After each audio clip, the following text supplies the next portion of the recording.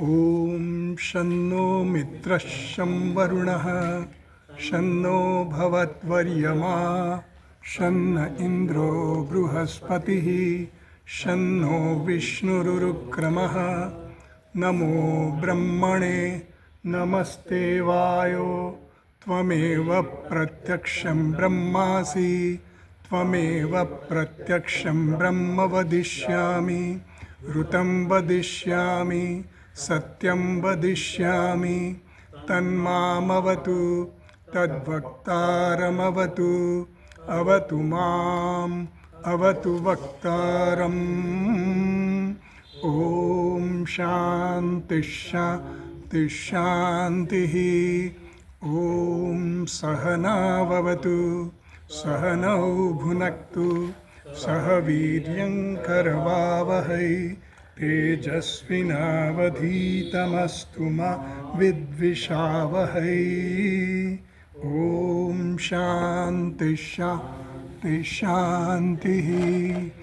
ॐ यश्छन्दसां वृषभो विश्वरूपः छन्दोभ्योऽध्यमृतात् सम्बभूव समेन्द्रो मेधया स्पृणोतु अमृतस्य देवधारणो भूयासं शरीरं मे विचर्षणं जिह्वा मे मधुमत्तमा कर्णाभ्यां भूरिविश्रुवं ब्रह्मणः कोशोऽसि मेधया पिहितः श्रुतं गोपाय। ॐ शान्तिः शान्तिः शान्तिः। ॐ अहं वृक्षस्य रेरिवा कीर्तिः पृष्ठं गिरेरिव ऊर्ध्वपवित्रो वाजिनीव स्वमृतमस्मि द्रविणगुंसवर्चसं सुमेधा अमृतोक्षितः इति त्रिशङ्कोर्वेदानुवचनम्। ॐ शान्तिः शान्तिः शान्तिः। ॐ पूर्णमदः पूर्णमिदं पूर्णात् पूर्णमुदच्यते पूर्णस्य पूर्णमादाय पूर्णमेवावशिष्यते। ॐ शान्तिः शान्तिः शान्तिः।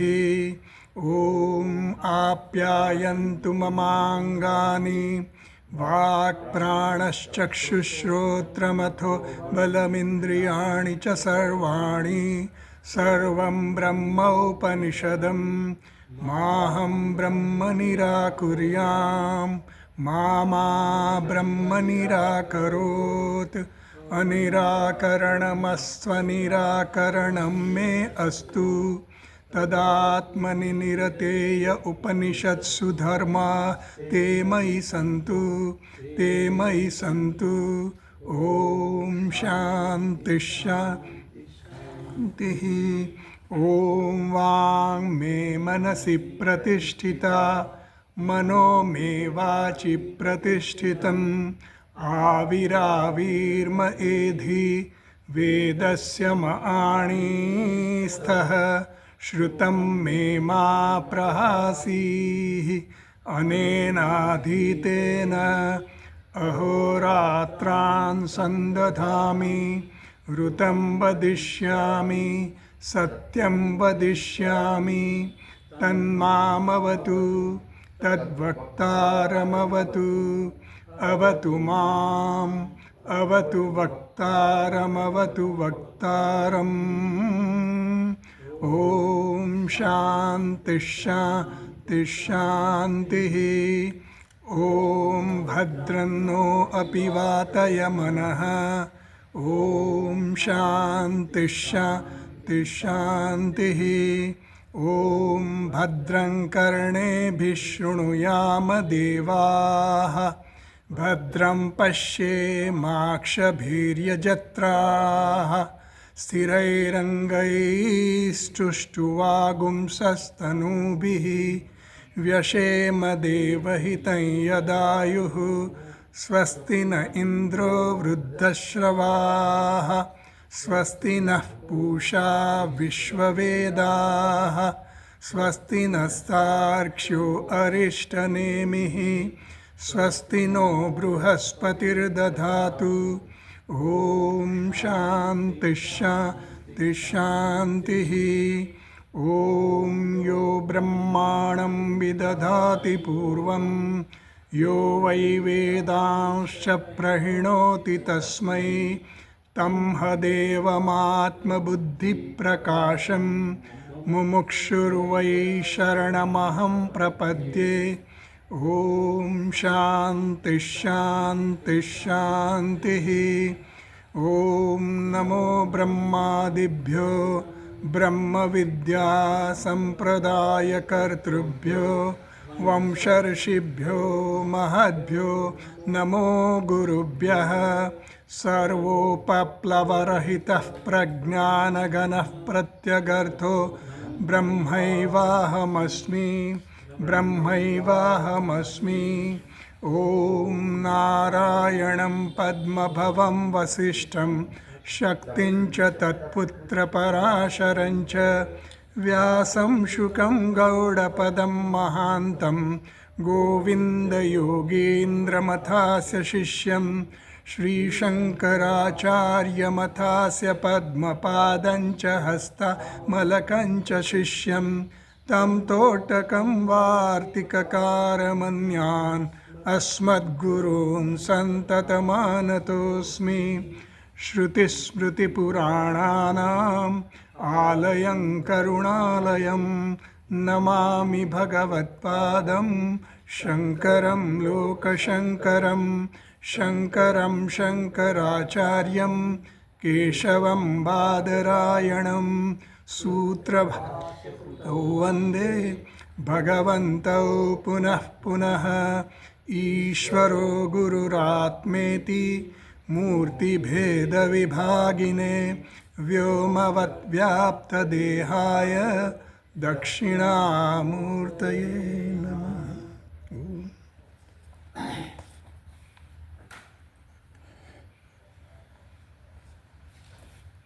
આપણે મંત્રોનો પાઠ કરીએ.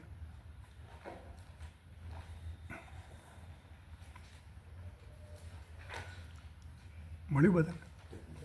ઓમ ઈશાવાસ્યનો મંત્ર. જો તમારે જોઈતું એક પુસ્તક, બીજું જોઈતું. ઓમ ઈશાવાસ્યમિદં સર્વમ ઓમ ઈશાવાસ્યમિદં સર્વમ યત્કિંચ જગત્યાં જગત જગત્યાં જગત તેન ત્યક્તેન ભુંજીથાઃ તેન ત્યક્તેન ભુંજીથાઃ मा गृधः कस्य स्विद्धनं मा गृधः कस्य स्विद्धनम्. ओम ईशावास्यमिदं सर्वं यत्किंच जगत्यां जगत् तेन त्यक्तेन भुंजीथाः मा गृधः कस्य स्विद्धनम्. જગત્યામ આ પૃથ્વીમ્યામ પૃથ્વીમાં આ પૃથ્વીમાં જે કંઈ પણ છે યત્કિંચ ઇદમ સર્વમ જગત. જગત એટલે ગચ્છતિ જાયતે ગચ્છતિ ઇતિ જગત એટલે જે પરિવર્તનશીલ છે સતત. તો જગત્યામ યત્કિંચ ઇદમ આ જે કંઈ દેખાય છે એ સર્વ શું છે? ઈશાવાસ્યમ. એને ઈશ્વરથી ઈશ્વર વડે વ્યાપ્ત કરવાનું છે. બરાબર? એવું આપણને અહીંયા શ્રુતિ કહે છે. આચ્છાદનીયમ વાસ્યમ એટલે આચ્છાદનીયમ એટલે આચ્છાદિત કરવાનું છે. પછી શું કીધું આગળ? યત્કિંચ. બરાબર? એટલે જે કંઈ પણ છે, જે કંઈ નામ રૂપાત્મક જગત જે આપણને દેખાય છે, આપણા દૃશ્ય જગત જે કંઈ પણ છે એને ઈશ્વરથી આચ્છાદિત કરવાનું છે. તેન ત્યક્તેન ભુંજીથાઃ. તેન એટલે એષણાત્રય ત્યાગેન. આપણી એષણા ત્રણ એષણાઓ છે આપણી મુખ્યત્વે: પુત્રેષણા, વિત્તેષણા અને લોકેષણા. બરાબર? યાદ છે ને? બરાબર. પુત્રેષણા એટલે પુત્ર મેળવવાની ઈચ્છા, વિત્તેષણા એટલે વિત્તની ઈચ્છા, અને લોકેષણા એટલે લોકની ઈચ્છા. એટલે લોકની ઈચ્છા, પુત્રની ઈચ્છા બધી શેના માટેની ઈચ્છા છે? સુખ માટેની ઈચ્છા છે. પુત્ર મને સુખ આપશે, પછી વિત્ત મને સુખ આપશે, અને લોક મને સુખ આપશે. એટલે સ્વર્ગલોક આ લોક બધું સુખ મને આપવું છે. એટલે મારી જે કંઈ પ્રવૃત્તિ ચાલી રહી છે શેના માટે થઈ રહી છે? સુખ માટે. અને એ સુખ મને આ 3 મારા સ્થાનો છે સુખ મેળવવાના. એટલે મારી ઈચ્છા શેના માટે છે? આ પુત્ર મેળવવાની ઈચ્છા છે, વિત્ત મેળવવાની ઈચ્છા છે અને લોક મેળવવાની છે. લોક એટલે આપણે સ્વર્ગલોક સમજો ને. બીજા બધા લોકો 14 લોકો જે કીધા ને 14 ભુવન કીધા, તો આપણે ઉપરના બધા 7 લોકો છે એ મેળવવાની આપણને ઈચ્છા. એટલે ત્યાંના સુખ ભોગવવાની આપણી ઈચ્છા છે. તો તેન ત્યક્તેન ભુંજીતા, શ્રુતિ એમ કહે છે કે તેન ત્યક્તેન એટલે એષણાત્રયનો ત્યાગ કરીને ભોગવવાનું છે. હવે ત્યાગ કરીને ભોગવવાનું એ જરા વિચિત્ર લાગે. ભોગવવું છે તો મેળવીને ભોગવીએ છીએ આપણે. તો ત્યાગ કરીને કેવી રીતે એ આપણને સમજાવશે. મા ગૃધઃ કસ્યસ્વિત ધનમ, કોઈના પણ ધનની આકાંક્ષા રાખીશ નહીં એવું કીધું. કોઈના પણ ધનની એટલે કોઈના પણ ધન એટલે મારા પોતાના ધનની પણ આશા. એટલે ધન કોઈનું થયું નથી અને થવાનું નથી. કહેવાનો મતલબ એવો છે કે આ બધી વસ્તુ પરિવર્તનશીલ છે. અને જેને આપણે ધન માનીએ છીએ, પુત્રને ધન માનીએ, ગાયને ધન, પશુઓને ધન માનીએ, અને એક વસ્તુઓને આપણે ધન માનતા સંપત્તિ જે આપણે કહીએ, તો એ બધા ધનની તું આકાંક્ષા રાખીશ નહીં. કેમ આકાંક્ષા નહીં? તો ભાઈ હું જીવું છે એના માટે.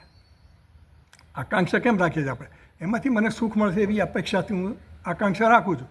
ધન મને સુખ આપશે, સંપત્તિ મને સુખ આપશે, પછી પરલોક મને સુખ આ બધી જે આકાંક્ષાઓ છે ને ધનની, અને એ ધનની આકાંક્ષા કેવી છે? આ બધી જે આકાંક્ષા આપણી છે ને જગતમાંથી સુખ મેળવવાની, એ બધી કેવી છે? અનિત્ય છે. એ આપણને હંમેશ માટે સુખ આપે એવું નથી. અને આપણી ઈચ્છા શું છે? અનંત સુખની ઈચ્છા છે. અને અનંતની સુખની ઈચ્છા એ પૂરી કરી શકતું એવું નથી એવું સુધી આપણને કહે છે. આપણને તો ખબર નથી પડતી, અને ખબર પડ્યા પછી આપણે હજી એમાંથી બહાર નીકળી શકતા નથી. એટલે આપણે ઈચ્છા તો કર્યા જ કરીએ કે ભાઈ આપણને આ મળે તે મળે, બરાબર. તો એમ કીધું કે કસ્યસ્વિત ધનમ મા ગૃધ, કોઈના પણ ધનની આકાંક્ષા ન કર. ધન કોઈનું થવાનું નથી. એટલે કે તું તારી પ્રવૃત્તિ જે છે ને, આ બધા તારા બધા પ્રયત્નો જે છે આ સુખ મેળવવાના, એ બધા તું આ દુનિયાના જગતના જે કંઈ પણ જે વિષયો છે કે જગતની જે કંઈ પણ વસ્તુઓ છે એમાંથી તે તારી સુખની જે અપેક્ષા છે એ બધી તું છોડી દે. બરાબર. એનો આપણે ભાવાર્થ થયો. હવે આપણે ભાષ્ય વાંચીએ. આપણે આગળનું આપણે સંબંધ ભાષ્ય આપણે પૂરું કરી નાખ્યું તે છે, બરાબર ને? એટલે હવે ભાષ્ય આપણે શરૂ કરીએ. તો તમારી પાસે આ ચોપડી છે, કૈલાસ આશ્રમની છે, તો એ ખોલો ને. એમાંથી આપણે પછી ટીકા થોડી વાંચશું. હા, પેજ નંબર 6 આનંદગીરીની ટીકા છે ને, એમાંથી આપણે થોડી વાંચશું. તમને મળ્યું? ભાષ્ય મળ્યું ને? આપણે સંબંધ ભાષ્ય પૂરું થયું પછી જે શરૂ થાય ને એની આપણે વાત કરીએ. તો હું બોલું છું, તમે રિપીટ કરજો, બરાબર? ઈશાવાસ્યમ ઇત્યાદિ ઈશા ઈષ્ટ ઇતિ ઈટ તેન ઈશા ઈશિતા પરમેશ્વરઃ પરમાત્મા સર્વસ્ય સહી સર્વમિષ્ઠે. ચાલો આટલું વાંચીએ આપણે. તો ઈશાવાસ્યમ ઇત્યાદિ. હવે જો આનંદગીરી ટીકામાં જુઓ, તમને તમારી પાસે આનંદગીરી ટીકા છે ને, એ વાંચો. એમાં પહેલું લખ્યું છે વ્યાખ્યેયત્વમ ઉક્ત્વા. 7મા નંબરના પાના પર જુઓ, સામેના પાના. હા, વ્યાખ્યેયત્વમ ઉક્ત્વા પ્રતિપદમ વ્યાચષ્ટે, એવું આનંદગીરી ટીકા કહેવાય. આને આનંદગીરી છે. તો આનંદગીરીએ ટીકા લખી એટલે ભાષ્યમાં જે કહેવા માગે છે ને શંકરાચાર્ય મહારાજજી, એ એની આ પ્રસ્તાવના કરે છે કે વ્યાખ્યાયમ ઇતિ ઉક્ત્વા. કારણ કે ભાષ્યકારે કહ્યું ને સંબંધ ભાષ્યમાં કે અમે આની વ્યાખ્યા કરીશું, વ્યાખ્યાસ્યામઃ, એવું જે ભાષ્યમાં આવી ગયું ને છેલ્લે, કે ઇતિ એવમ ઉક્ત અધિકારી અભિધેય સંબંધ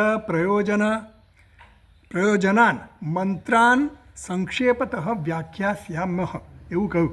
એટલે અમે હવે આની વ્યાખ્યા કરી, કારણ કે આનું અનુબંધ ચતુષ્ટય અમે તમને કહી દીધો કે આ ગ્રંથનો અનુબંધ ચતુષ્ટય શું છે, તો કે એનો વિષય શું છે, એનો અધિકારી કોણ છે, એનો સંબંધ શું છે, એનું પ્રયોજન શું છે, કહી દીધું. એટલે હવે અમે એને સંક્ષેપમાં આ મંત્રોની વ્યાખ્યા કરીશું. કયા મંત્રોની? ઈશાવાસ્ય ઉપનિષદના 18 મંત્રોની અમે વ્યાખ્યા કરીશું, સંક્ષેપમાં કરીશું. વિસ્તારથી નહીં. બરાબર? એટલે એવું ભગવાને કહેલું. એટલે હવે એની આપણે વાત કરી, એનું ભાષ્ય આપણે વાંચ્યું કે ઈશા વાસ્યમ ઇત્યાદિ. ભાષ્યમાં એવું કહ્યું ઈશા વાસ્યમ એ બધા મંત્રોથી શું છે? ઈશા ઈષ્ટે, ઈષ્ટે ઇતિ ઈઠ. ઈષ્ટે એટલે કે શાસન કરવું. તો જે શાસન કરે તેને ઈશ કહેવાય. બરાબર? તો ઈશા ઈષ્ટે ઇતિ ઈઠ તેન ઈશા. હવે આ છે ને ઈશ છે ને એ ઈટ એનું પ્રથમ એકવચનનું રૂપ છે. ઈશ વર્ડ છે, શબ્દ છે. હવે એ કઈ રીતે હવે આપણને સમજાવશે આગળ. તો તેન ઈશા એટલે તેના વડે, ઈશા વડે એ આગળ આવશે. પછી ઈશા વડે શું એ આપણે જોયું કે ઈશા વાસ્યમ ઇદમ સર્વ. હા, તૃતીય. ઈશા એટલે તૃતીય વિભક્તિ. તો ઈશિતા પરમેશ્વર પરમાત્મા સર્વસ્ય. ભાષ્યમાં છે, આપણે વાંચ્યું છે. ઈશિતા પરમેશ્વર પરમાત્મા સર્વસ્ય એવું કીધું. હવે અહીંયા ઈશ જે છે ને એ ઈશ માટે આનંદગીરી ટીકામાં જે કહે છે કે ઈશ ઐશ્વર્યે અસ્ય ધાતો ક્વિપી લુપ્તે. મળ્યું તમને? હા, તમે શેર કરી શકો, તમે જોઈ શકો. ક્વિપ પ્રત્યય, ક્વિપ પ્રત્યય આવે. જેમ આપણે ઉપનિષદમાં આપણે ક્વિપ પ્રત્યય આવે ને, સદ ધાતુને ક્વિપ પ્રત્યય લગાવીએ. એ ક્વિપ પ્રત્યયનું શું કામ છે? એ કર્તરીમાં એને કન્વર્ટ કરે છે. ધાતુ જે હોય એનું નામ બનાવી દે અને એજન્ટ ઓફ એક્શન એટલે કર્તૃરૂપ એમાં બની જાય. એટલે કર્તા બની જાય. ક્રિયાપદમાંથી કર્તા આવી જાય. હા, નામ બની જાય અને કર્તરી ક્વિપ એવું કીધું. એટલે કર્તરી ક્વિપ એટલે શું? એ કર્તામાં કન્વર્ટ કરે છે. એટલે ધાતુને કર્તા બનાવી દે છે. હા હા હા. એટલે એમાં કીધું ઈશ ઐશ્વર્ય. ઈશ એટલે ઐશ્વર્ય. ઐશ્વર્ય એટલે શાસન કરવું. બરાબર? તો અસ્ય ધાતો ક્વિપી લુપ્તે કૃદંત રૂપમ ઈઠ તસ્ય તૃતીયા એકવચનમ ઈશા ઇતિ એવું કહ્યું. બરાબર? એટલે ઈશ ઐશ્વર્ય જે ધાતુ છે એને ક્વિપ પ્રત્યય લગાવ્યો અને ક્વિપ પ્રત્યયનું કામ શું છે? એને કર્તામાં કન્વર્ટ કરવાનું, એને કર્તા બનાવી દે. એ કર્તાના અર્થમાં એ શબ્દ બની જાય. એટલે ઈશ ધાતુમાં ઈશ પ્લસ ક્વિપ એવું લગાવ્યું એટલે ઈશ એક કર્તા બની ગયો. એટલે હવે એ ઈશ નામ બની ગયું. બરાબર? અને એનું તૃતીય એક વચન ઈશા થયું. બરાબર? એટલે ઈશા એટલે ઈશા વડે એટલે કે ઈશ્વર વડે એવું થયું. અને પછી એ ક્વિપ પ્રત્યયનો ખાસિયત શું છે કે ક્વિપ પ્રત્યય ધાતુને લાગે પછી ક્વિપ પ્રત્યય પાછો જતો રહે. એટલે એની હાજરી ન રહે, અદૃશ્ય થઈ જાય, લોપ થઈ જાય એનો. ક્વિપ થઈ જાય. એટલે ક્વિપ પ્રત્યયની બીજી કોઈ આમાં જે પહેલો જે આપણે જે ધાતુ લીધો, ધાતુ જે લીધો ઈશ, એના પર ક્વિપ લગાવ્યું તો કોઈ પણ પ્રત્યય લાગે ને તો પ્રત્યય એની અસર કરે ધાતુ ઉપર. એટલે પ્રત્યય ક્યાંક દેખાય આપણને. જેમ પ્રથમા વિભક્તિ એક વચનનો પ્રત્યય છે સકાર. બરાબર? સકાર છે, સકાર. બરાબર? હવે રામ પ્લસ સ એમ કરીએ ને તો એ સ છે ને સંધિના નિયમ પ્રમાણે પછી સનો વિસર્ગ થઈ જાય છે. એટલે પછી પહેલો પ્રથમા એક વચનનું ધાતુનું રામનું રૂપ શું થાય? રામઃ. બરાબર? એટલે પ્રત્યય એની પર અસર કરી. શું અસર કરી? એ સપ્રત્યય છે એણે વિસર્ગ બનાવી દીધો. એટલે રામ જે પ્રાતિપદિક નામ છે એમાં રામઃ થઈ ગયું. બરાબર? એમ બધા જે વિભક્તિના પ્રત્યયો હોય કે ધાતુના પ્રત્યયો જે પણ હોય ક્રિયાપદના, એ બધા પ્રત્યયો જ્યારે લાગે ને ત્યારે એ એની અસર કરે. એટલે એ ધાતુ છે એનું આપણને ખબર પડે, એ પ્રત્યય છે એની ખબર પડે. એટલે ધાતુને શું કહેવાય? પ્રકૃતિ કહેવાય. ધાતુ કે નામને પ્રકૃતિ કહેવાય અને એને પ્રત્યય લાગે. દરેક પ્રકૃતિ અને પ્રત્યય, પ્રકૃતિ અને પ્રત્યય એ પ્રમાણે. હા હા.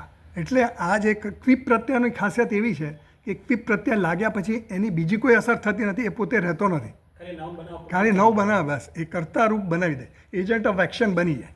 એટલે ઈશ ધાતુ છે એ ઈશમાંથી ઈશ કર્તા બની ગયો, નામ બની ગયો, શાસન કરતા થઈ ગયો. હવે શાસન કરતા તો એને તૃતીય એક વચન લગાવ્યું એટલે ઈશા થયું. એટલે ઈશા વડે કરતા, શાસન કરતા વડે એટલે ઈશ્વર વડે. બરાબર? એવું એમને સમજાવીએ. નનુ હવે એમાં જે પ્રશ્ન કરે છે, નનુ કર્તરી ક્વિપ વિધાનાત પરમાત્મન ચ અવિક્રિયત્વાત. પરમાત્મા કેવો છે? અવિકારી છે. અને આ ક્વિપ પ્રત્યે શું કરે છે? એને કર્તામાં રૂપાંતર કરે છે. એટલે વિક્રિય થઈ ગયો, વિકાર આવી ગયો એટલે એ પૂછે છે, પ્રશ્ન પૂછે છે કે કર્તરી ક્વિપ વિધાનાથ, તમે તો કીધું કર્તરી ક્વિપ આ લગાવ્યો અને એમાંથી આ ઈશ નામ બન્યું, તો હવે એ તો એમાં કન્વર્ટ થયું, વિકાર આવી ગયો. કોઈ પણ વસ્તુ જે હોય એમાંથી બદલાઈ જાય તો એની પછી એ વિકાર જ કહેવાય ને. કર્તા એ વિકાર થઈ ગયો, કારણ કે હું કર્તા બનું એટલે શું છે, મારામાં કંઈક વિકાર આવી ગયો, કારણ કે મારામાં કંઈક ક્રિયા થવાની છે, હું કંઈ ક્રિયા કરવાનો છું. કર્તા એ હંમેશા વિકારી જ હોય, ભોગતા એ હંમેશા વિકારી જ હોય.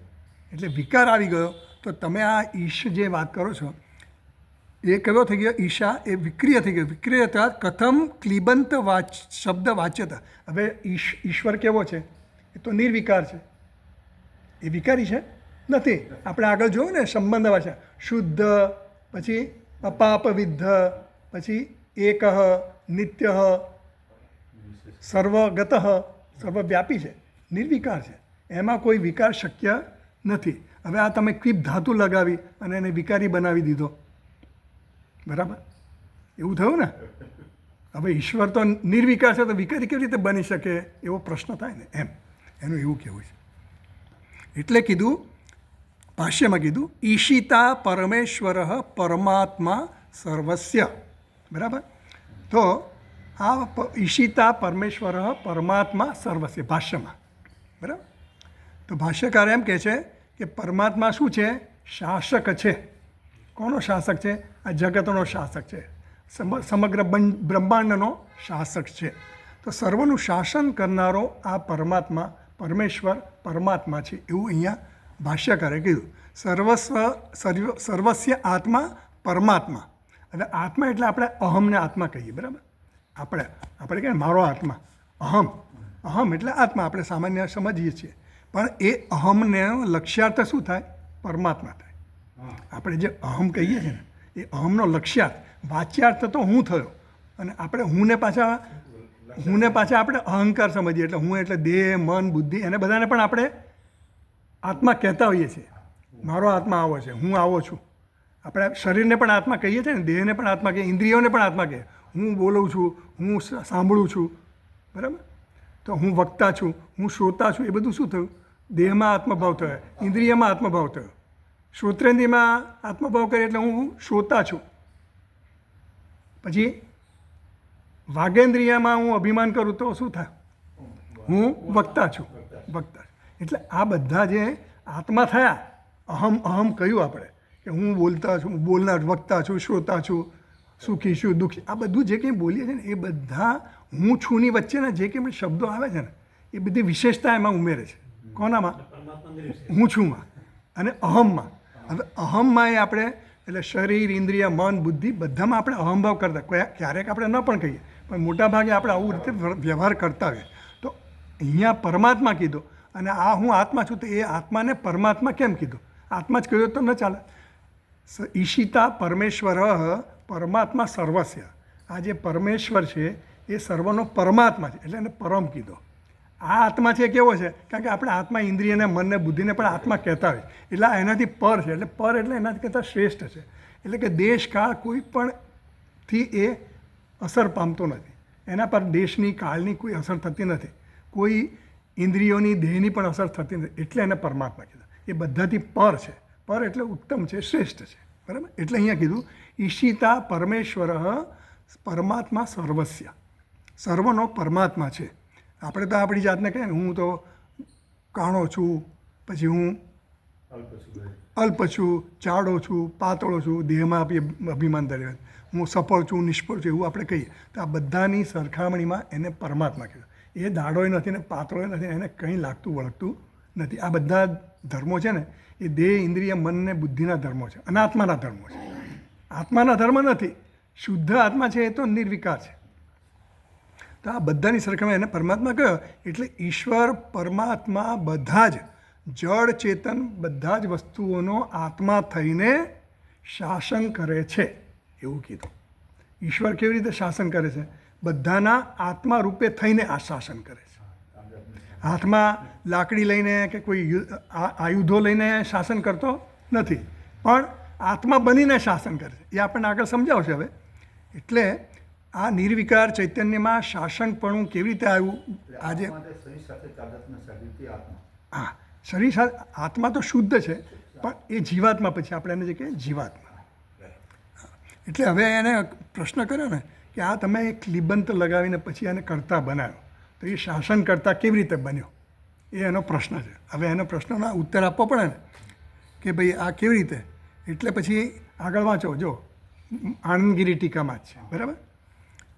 માયોપાદેહે ઈશન કર્તૃત્વ સંભવાત, બરાબર.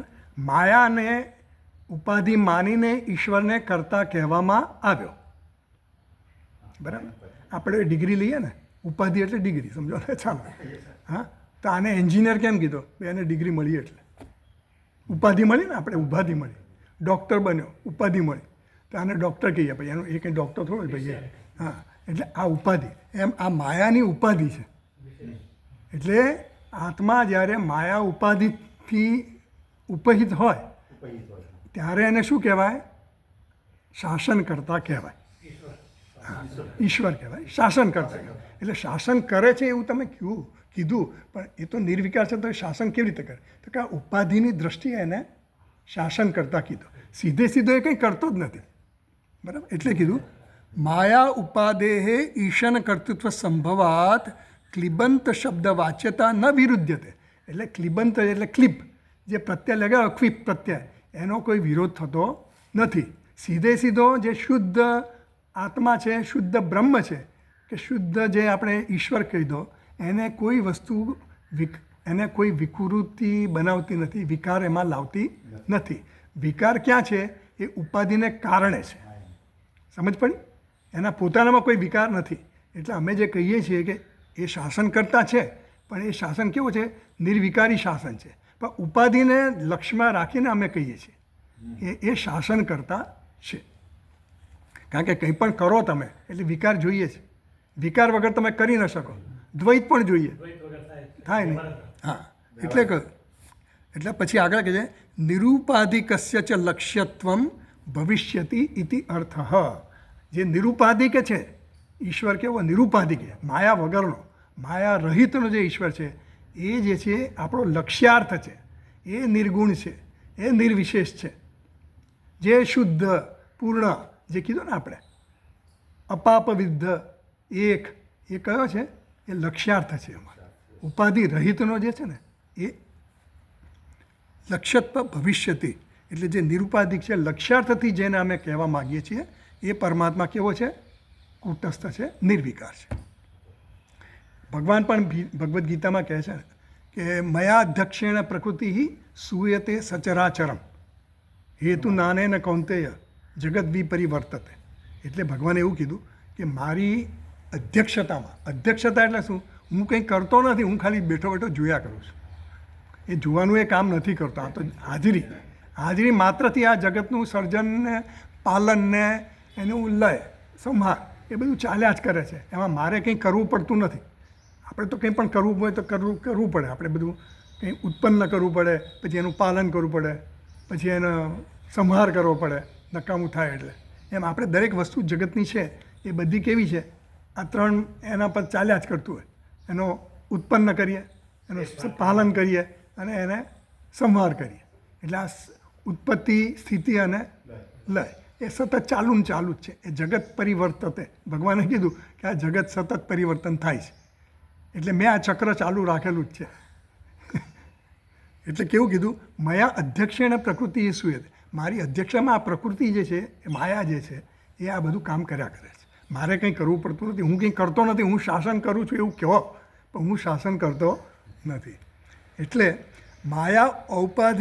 માયોપાધિક ચૈતન્ય છે ને, એ સ્વયં તો કર્તૃત્વ અને ભોક્તૃત્વથી રહિત મુખ્ય ચૈતન્ય, પણ માયાની ઉપાધિને કારણે એને આપણે કહીએ છીએ કે બે આવો છે, બરાબર.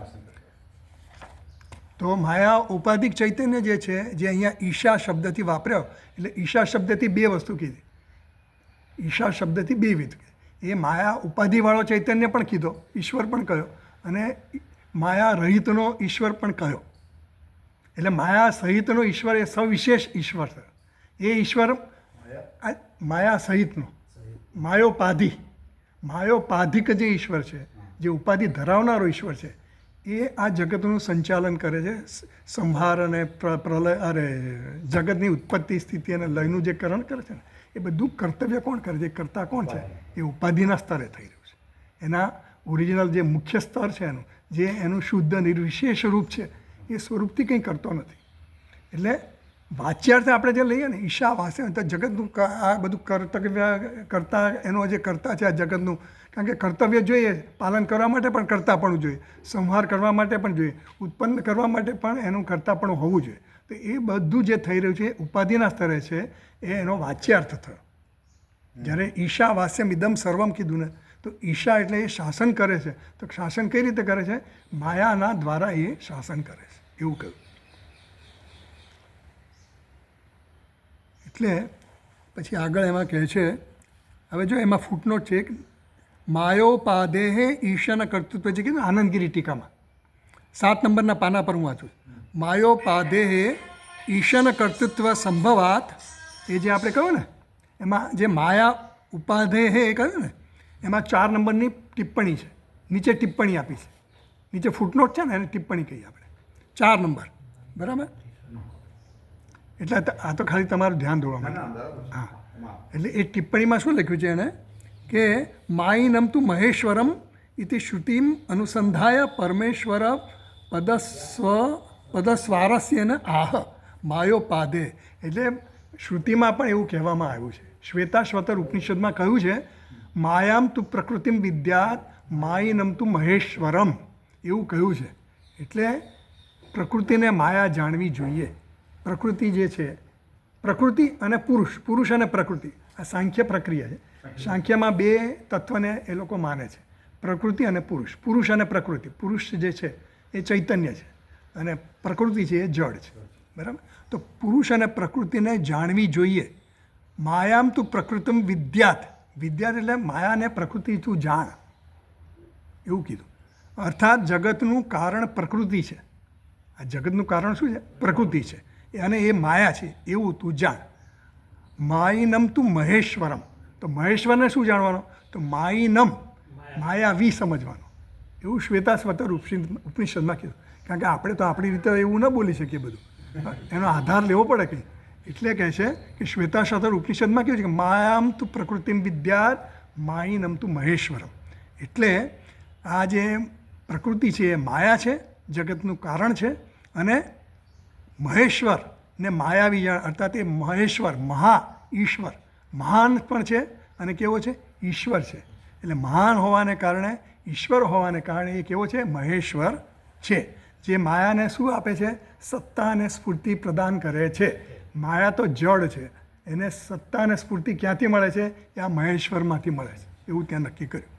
એટલે આ માયા જે છે એ બધું કરી રહી છે.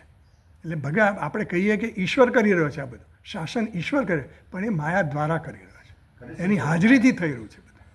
ખરેખર એને કંઈ કરવું પડતું નથી, નહીં તો એ થાકી જાય બિચારો, કારણ કે એની સંધિતિથી થઈ. હવે જો પછી આગળ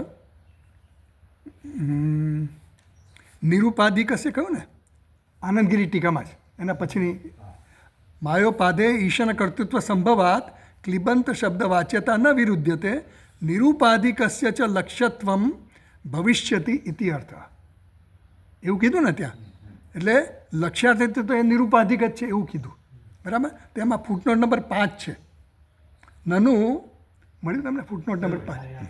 નનુ યાથાત્મ્ય પ્રતિપાદકસ્ય મંત્રસ્ય કુતઃ સોપાધિ પરતા ઇત્યતઃ આહ નિરુપાધિકસ્ય ઇતિ.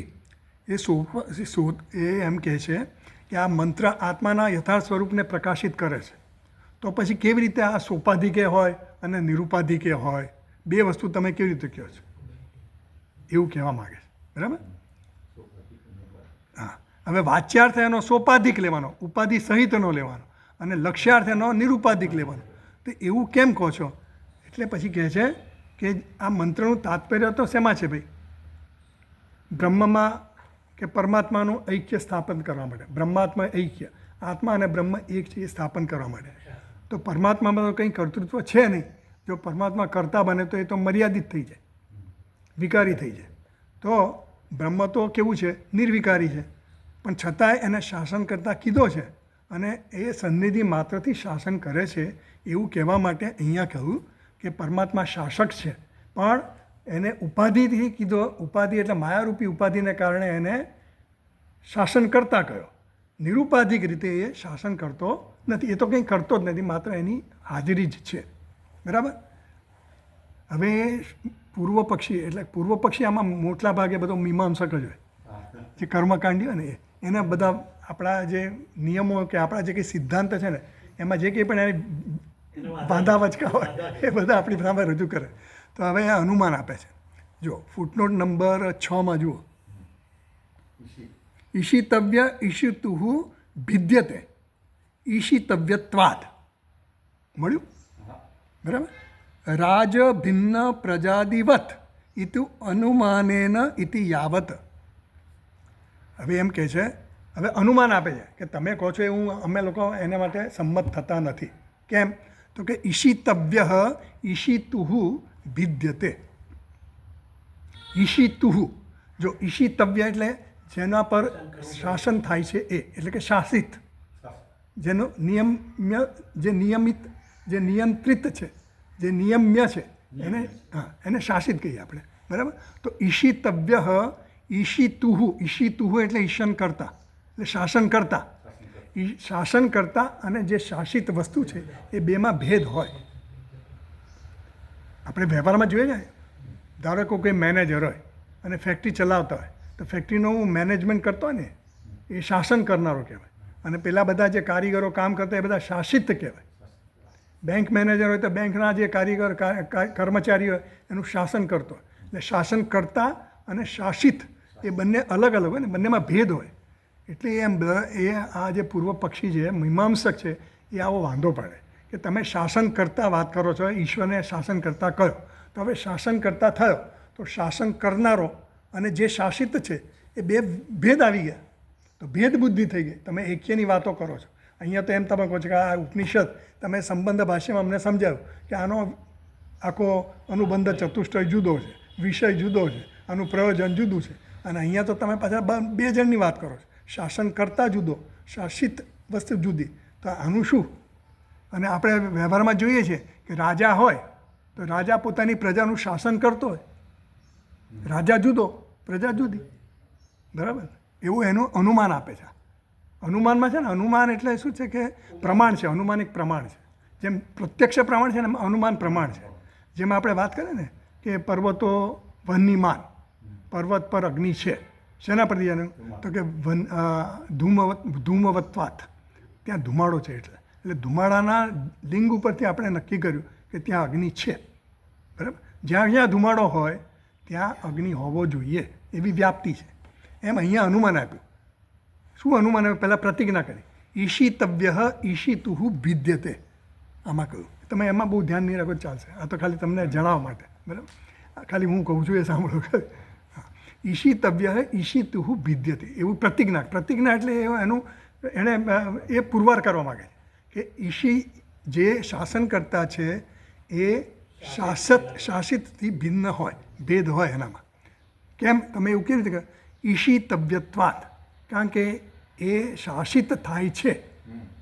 કેવી રીતે? એનું દ્રષ્ટાંત છે તમારી. રાજ ભિન્ન પ્રજાદિવત, રાજા કરતાં પ્રજા ભિન્ન છે. એટલે આ જે શાસન કરતા છે એ શાસિતથી ભિન્ન છે એવો આપણો અનુભવ છે. આ બધી યુક્તિ કહેવાય. જે વ્યવહારમાં આપણે જે કંઈ જોતા ને એના દ્વારા આપણને સમજાવવાનું સુશીએ સમજાવવું પડે. વ્યવહાર પણ આપણે વ્યવહારમાંથી, કારણ કે આપણે વ્યવહાર કરીએ છીએ, વ્યવહારના દાખલા આપીને જ સમજાવવું પડે તો જ સમજાય. નહીં તો આપણે એ બધી પારમાર્થિક વાતો જ કર્યા કરીએ તો કંઈ સમજાય નહીં. એટલે વ્યવહારમાં પણ આવું છે. તો હવે એણે આવું કીધું તો આ તો વિરોધ કર્યો એણે કે તમે આ ઈશ્વરને શાસન કરતા પણ કહો છો, શાસક પણ કહો છો, અને પાછા એને તમે નિર્વિકાર કહો છો. તો કેવી રીતે શક્ય બને એની વાત છે. એટલે દ્વૈત થઈ ગયું. આ તો શાસક અને શાસક બંને વચ્ચે ભેદ થયો. એટલે ભેદ બુદ્ધિ થઈ ગઈ. ભેદ બુદ્ધિની વાત કરો છો તમે, અને તમે ઐક્યની સાબિત કરવા માગો છો. તો શાસક હોય ત્યાં શાસિત ન હોય, બંનેની વચ્ચેનું શું કહેવાય? અન્યોન્ય અભાવ કહેવાય, મ્યુચ્યુઅલ એક્સક્લુઝન. અન્યોન્ય અભાવ એટલે જ્યાં શાસક છે ત્યાં શાસિત નથી, જ્યાં શાસિત છે ત્યાં શાસક નથી. બરાબર, એવી વાત કરી. એટલે અન્યોન્ય અભાવ થઈ ગયો. અન્યોન્ય અભાવ ભેદ. ભેદ કોને કહેવાય? અન્યોન્ય અભાવને ભેદ કહેવાય. બરાબર. તો વાચ્યાર્થ આપણા અનુભવને જણાવે છે. આ વાચ્યાર્થ જે છે ને, ઈશા વાસ્યમિદમ સર્વમ, ઈશા એ ઈશ્વર વડે શાસન કરે છે, તો એ વાચ્યાર્થ હતો. શાસન કરવું એટલે વાચ્યાર્થ હતો. સીધો અર્થ એનો શું થાય? ઈશ્વર શાસન કરે છે, તો એ વાચ્યાર્થ હતો. તો એનો અર્થ શું થયો? વાચ્યાર્થનો એ આપણો અનુભવ છે.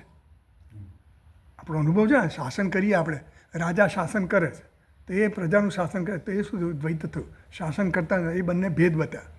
તો અનુભવને જ્યારે લક્ષ્યાર્થ એનો જે છે, એ અનુભવનું જે સત્ય છે ને, એની પાછળનું સત્ય શું છે? એ શાસન કરે છે કોના કારણે કરે છે, કયા હિસાબે કરે છે, એ સત્ય જે છે એ એનું લક્ષ્યાર્થ હતું, જે વાસ્તવિક છે. સમજ પડે ને?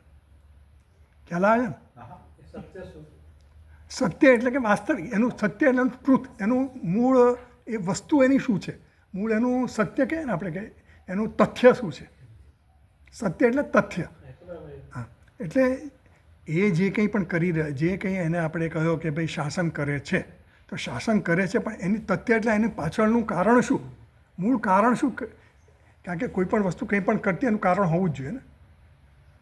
કોઈ આંખ જુએ છે તો જુએ છે, એની પાછળનું કારણ શું, એનું સત્ય શું? શ્રોત્રસ્ય શ્રોત્રમ, મનસો મન, ચક્ષુષ ચક્ષુ, ચક્ષુની પાછળનું ચક્ષુ એટલે શું, એનું તથ્ય શું? એમ આ શાસન કરતાનું સત્ય શું, એની પાછળ શાસન કેમ કરે છે, કોના હાજરીથી, કોના પ્રભાવથી, કોના કારણથી, કોના ડરથી, કોના ભયથી આ બધું ચાલી રહ્યું છે.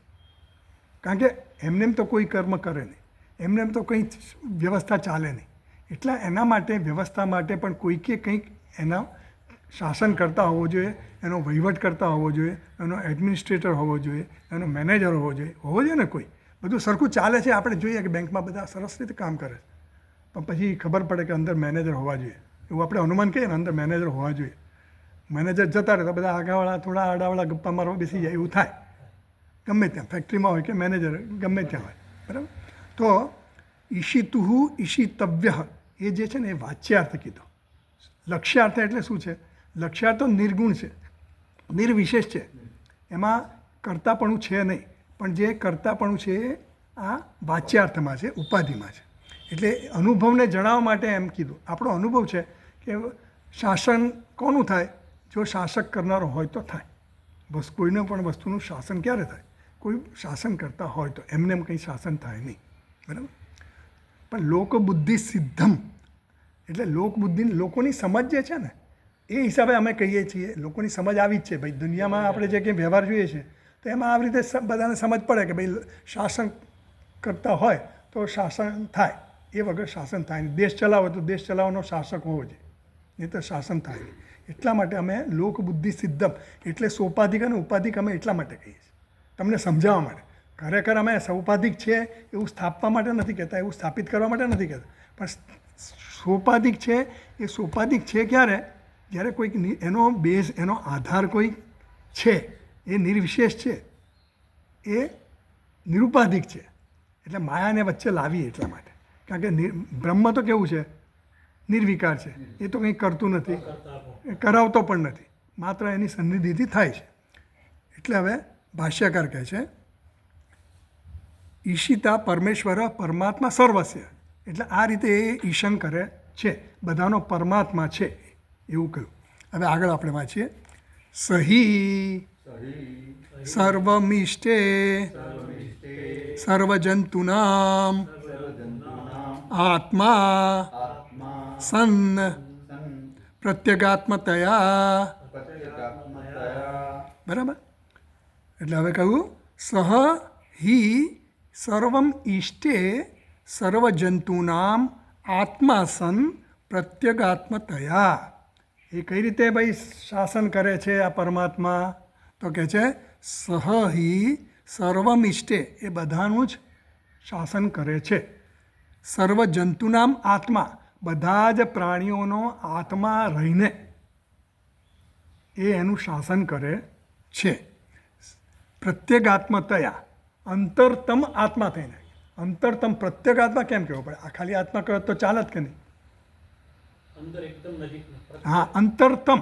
અંતરતમ એટલે એકદમ જ નજીકમાં નજીક, જે અંદર ઇનર મોસ્ટ કહીએ ને આપણે, અંતરતમ કીધું એને. એટલે એ પ્રત્યેક આત્મા થઈને શાસન કરે છે. પણ પ્રત્યેક આત્મા અને પ્રત્યેક શબ્દ જે છે એ અંતરતમ કીધું, બરાબર? Inner most self. સમજ પડે છે ને? કેમ એવું કીધું? અંતરતમ કેમ કીધું? કારણ કે મનને પણ આપણે આત્મા કહીએ છીએ, ઇન્દ્રિયોને પણ આત્મા કહીએ છીએ, દેહને પણ આત્મા કહીએ છીએ. તો દેહ પણ આત્મા છે, ઇન્દ્રિય પણ આત્મા છે, મન પણ આત્મા છે, બુદ્ધિ પણ આત્મા છે, અહંકાર પણ આત્મા છે. તો એની કરતાં પણ અંદર એવું કહેવા માટે સૂક્ષ્મમાં સૂક્ષ્મ એને કહેવા માટે એણે પ્રત્યેક શબ્દ લગાવ્યો, બરાબર? પ્રત્યેક આત્મા એટલે કીધું અંતરતમ, ઇનર મોસ્ટ સેલ્ફ, બરાબર? તો હે, સૂક્ષ્મ એટલે જે ખરેખર જે નિર્વિશેષ છે, જે નિરાકાર છે, જે શુદ્ધ છે, જે આપણે આગળ એના બધા લક્ષણો કયા ને, શુદ્ધ છે, અપાપવિદ્ધ છે, નિત્ય છે, એક છે, સર્વવ્યાપી છે, એ આત્માની વાત છે. એટલે એમ કહે છે સહી સર્વમ ઈષ્ટે સર્વ જંતુનામ આત્મા સન. પ્રત્યેક આત્મતયા એ ઈશિતા છે. પ્રત્યેક આત્મા બનીને એનું ઈશન કરે છે, બરાબર? એ હવે વાત સમજાવે છે કે બધા જ પ્રાણીનો આત્મા કેવી રીતે બને? અંતર્યામી રૂપે બને છે, બરાબર? એટલે પરમાત્મા તો ખરેખર રીતે કોઈ સર્જન કે એવું બધું કાર્ય કરતો નથી. સ્વે મહિમની પ્રતિષ્ઠિતા, એ તો એ પોતાના મહિમામાં સ્થિત છે. વિષ્ણુ ભગવાન કંઈ કામ કરે છે પાલન કરવા માટે? અહીંયા આવે છે બધા? કંઈ આવતા? એ તો શેષ એમાં આરામથી સૂતા છે. આપણને બતાવે છે ને શેષ એમાં સૂતા. તો જગત ચાલી રહ્યું છે, બધું વ્યવસ્થિત ચાલી રહ્યું છે. બધા તત્વો પોતપોતાના કાર્ય કરી રહ્યા છે. ભીષાસ્માદ વાત પવતે ભીષો દેતી સૂર્ય, બરાબર? એ બધું કીધું ને કે આ ભાઈ એતસ્ય પ્રશાસન ગાર્ગી સૂર્યચંદ્ર વિદ્યુત તિષ્ઠત.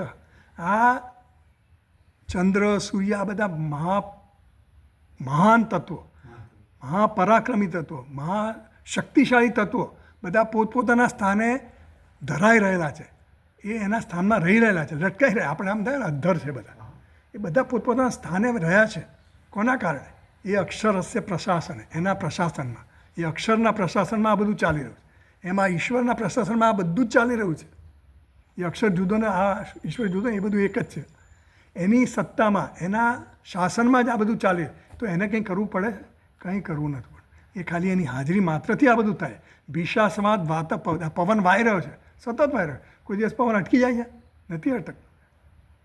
ભીષો દેતી સૂર્ય ચંદ્ર બધું પોતપોતાનું કાર્ય કરી રહ્યા. આ બધા મહાન પરિબળો પોતપોતાના કાર્ય કરી રહ્યા છે. કોના કારણે? ભીષાસ, એના ભયથી. કોના ભયથી? એ પેલો શાસક છે ને એના ભયથી કરી રહ્યા. બધા પોતપોતાનું કામ નિયમિત કરી રહ્યા છે.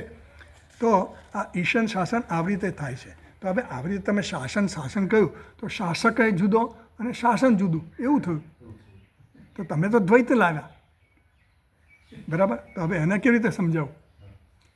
તો શાસન કરનારો અને શાસક બે ભિન્ન છે, ભેદ છે. તો એને સમજાવવા માટે હવે કહે છે, દાખલો આપે છે, બરાબર? આનંદગીરીમાં એવો દાખલો આપે છે. એટલે આત્મતયા કેવી રીતે શાસન કરે છે, આત્મા બનીને એ કેવી રીતે શાસન કરે છે એ સમજાવે છે. તો હવે દાખલો, સુંદર દાખલો છે. જો તમને મળ્યું 5મી લાઈનમાં જુઓ, યથા આદર્શાદિષુ મળ્યું યથા આદર્શાદિષુ પ્રતિબિંબાનામ આત્મા સન બિંબભૂતો દેવદત્ત ઈશિતા ભવતી. બરાબર?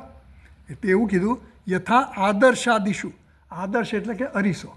જેવી રીતે અરીસામાં દેવદત્તનું પ્રતિબિંબ પડે છે,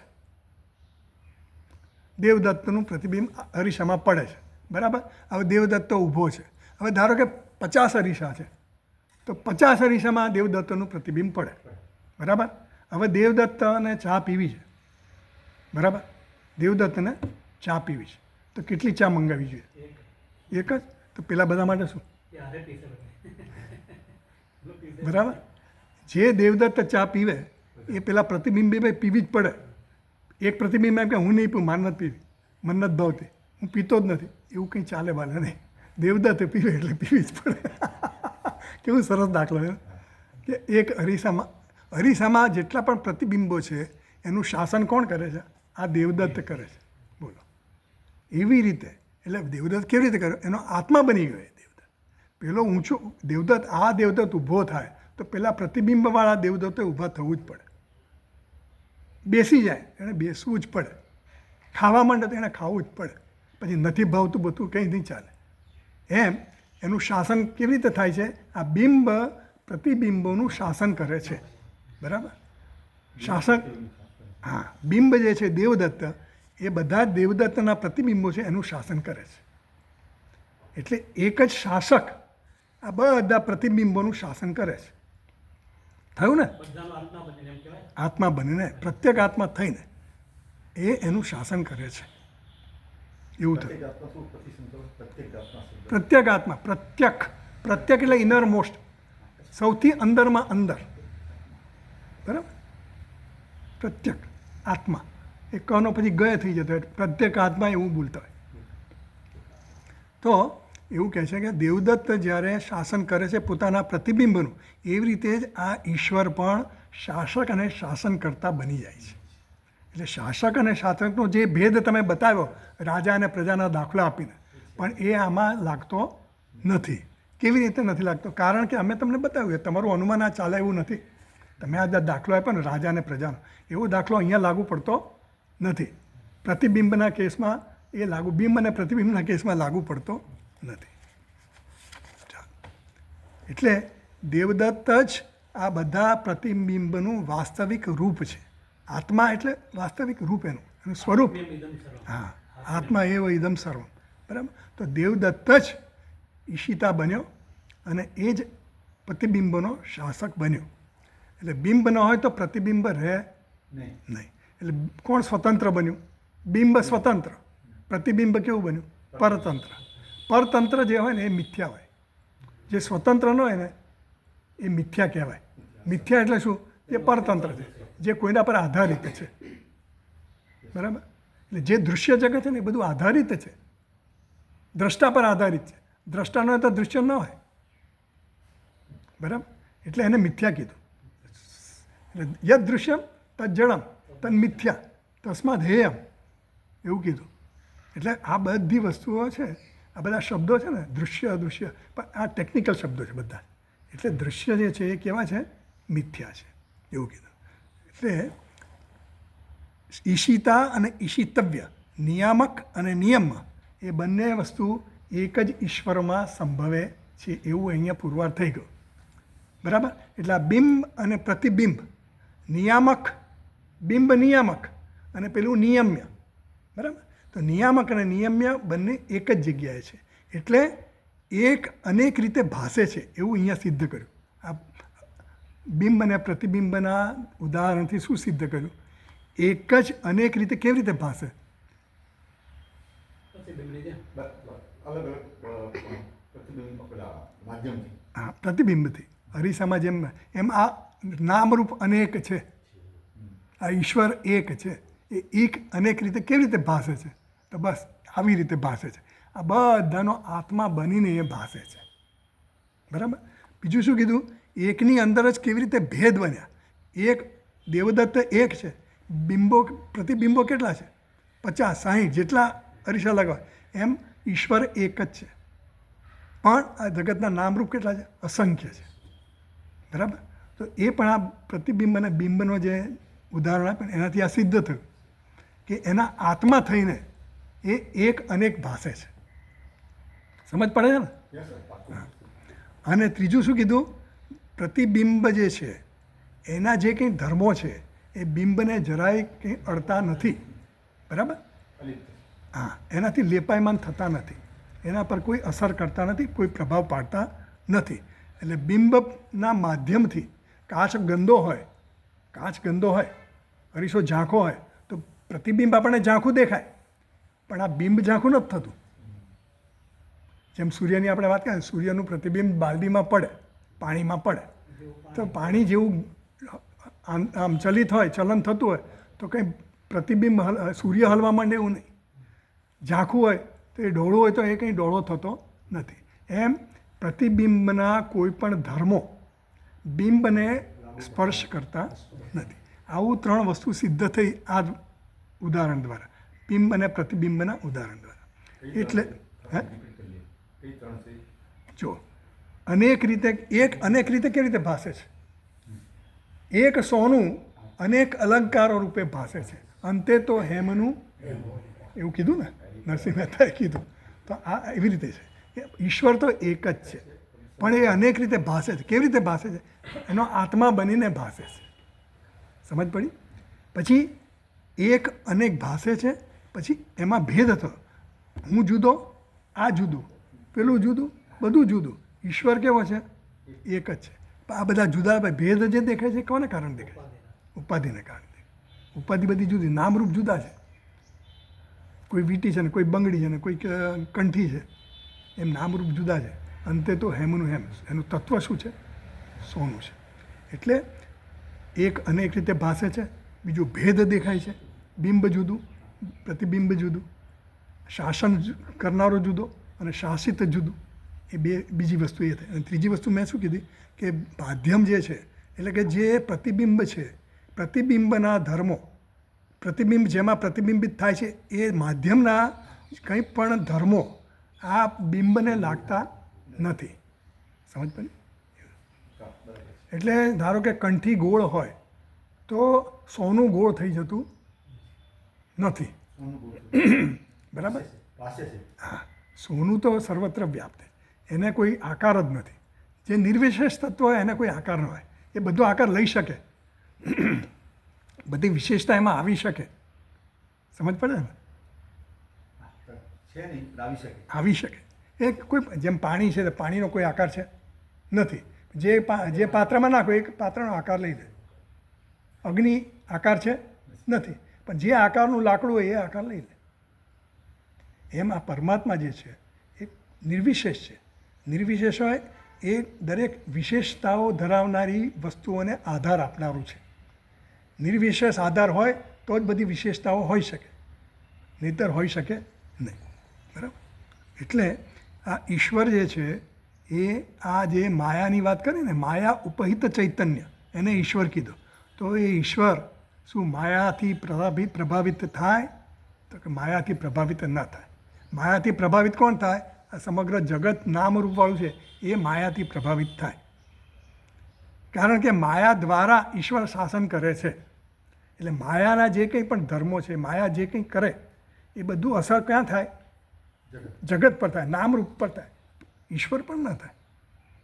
માયા ઈશ્વરના વશમાં છે અને આપણે બધા ઈશ્વરના માયાના વશમાં છીએ. બરાબર? એવું છે. હા, એટલો ફેર છે. હવે એમ કહે છે કે